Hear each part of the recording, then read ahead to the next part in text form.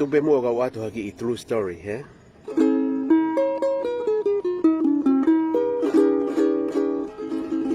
Kia ko fonga mo ku alu ko o wa ko ke true story e ku alu ko wa ke korisiko tupo. Nakai fo ke ulava uia ke korisiko tupo, he? Kagana e fonga peheni e fonga ko alu, he? Hiki me korisiko loto ko i talafo o alu kiai ki tapun siliva. Pe alo me tapun siliva ki valoloa. E sipotipe, he? Ko au mo ku toko pe mi fai te ko kloare aika. Nama alu i he sipoti, he? He koe tū koe ngahi korisiko loto he taimi koe ni. Ko mata ini, kai ko mau pe. Ka ko korisiko loto mo ka spoti ko korisiko loto ko o talafo o. Na tau e tolu hoko e mau e sila. I he ngahi spoti. He ngahi spoti. Pea ka koe all days en ko tano ke. Pea to ai ki mau tolu ko sai o ave ki hanga veni ki valoloa. Pea osko valoloa.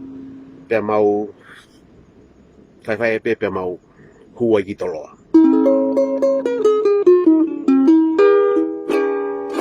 Ko talanoa ni ki he taimi ko ia. Ko ai ko mitse di ni ko talanoa ki he. Taimi ko ia o kulere mai ai tama mi hasini ko pentea. Mai tama ko fala me ria hona ia. Dea ko ngo taika mo ni ngo tama. Kana kai kita hanga nawa lava iau. He ngo taman. Na ilo pe naua. Pe na ulaki pia ua pia kloarea ia pa na toki tol fa mai pe fa tol mai e ngo tama, he? Ka ko historia ia, he? Pa na kai ke au e ku foi historia ke au ke me ko na uloto ki ai. Ko hinga he nai homo ba e I te faiva I he foi the last final ko ki mua ki falaite.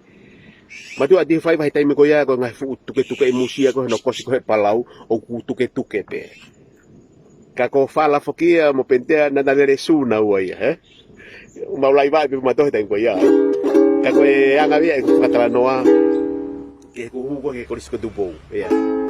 Na ke ulava he sivi ko mo klorea na ke malava he sivi pe ma alu ai pe.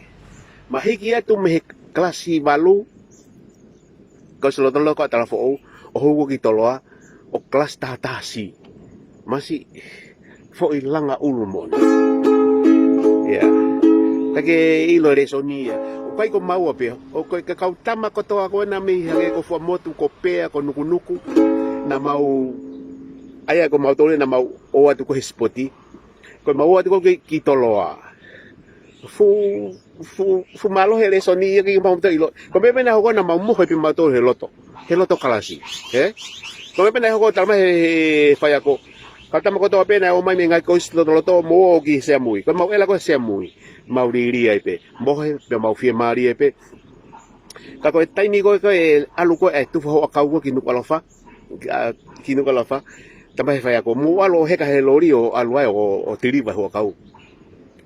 Ko mau maria ko I toloa. Wilo he ka tama ko to pe mo mau ngai kolo. Mengai neighbor kolo ai mau e anga ko e mau style he mau hua ko ki tolo kane ngoia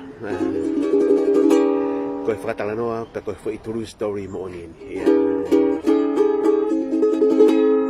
pero umanat pe ako nia ki he korisiko tupo pe ako ko e taiva fitu wen ko manatu ko tau fra osia ko siperi I he korisi ko mau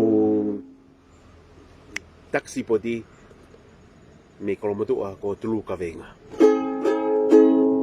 aloha tru ya pe ko e hiva penia ko to kwat pe ki korisi ke taimi ko manat na ku iai, eh?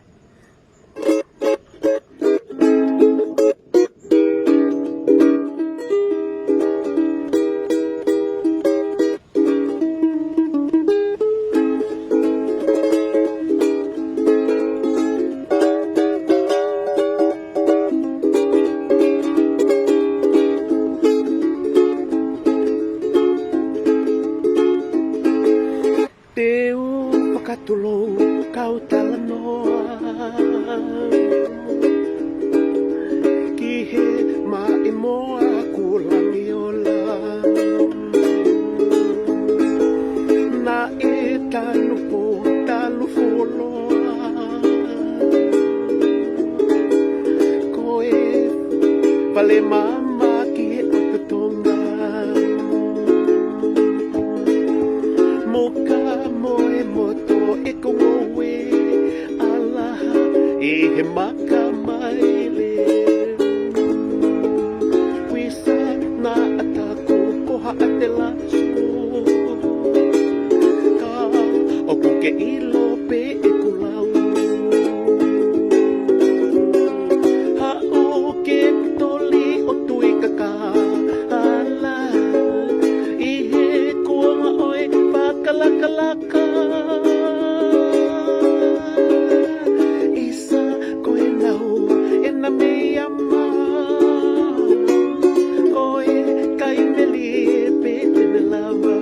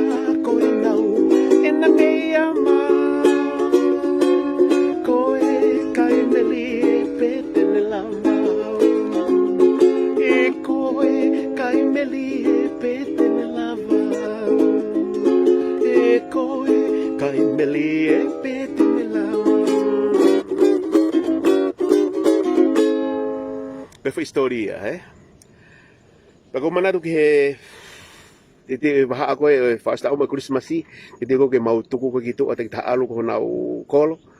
Pea na tama me kolovai na uibe ko mote vai. Mote I hope you watching me here. Na kone tala na pe he fare na fare fa bula. Ko o kapau ko ke fema ho tau.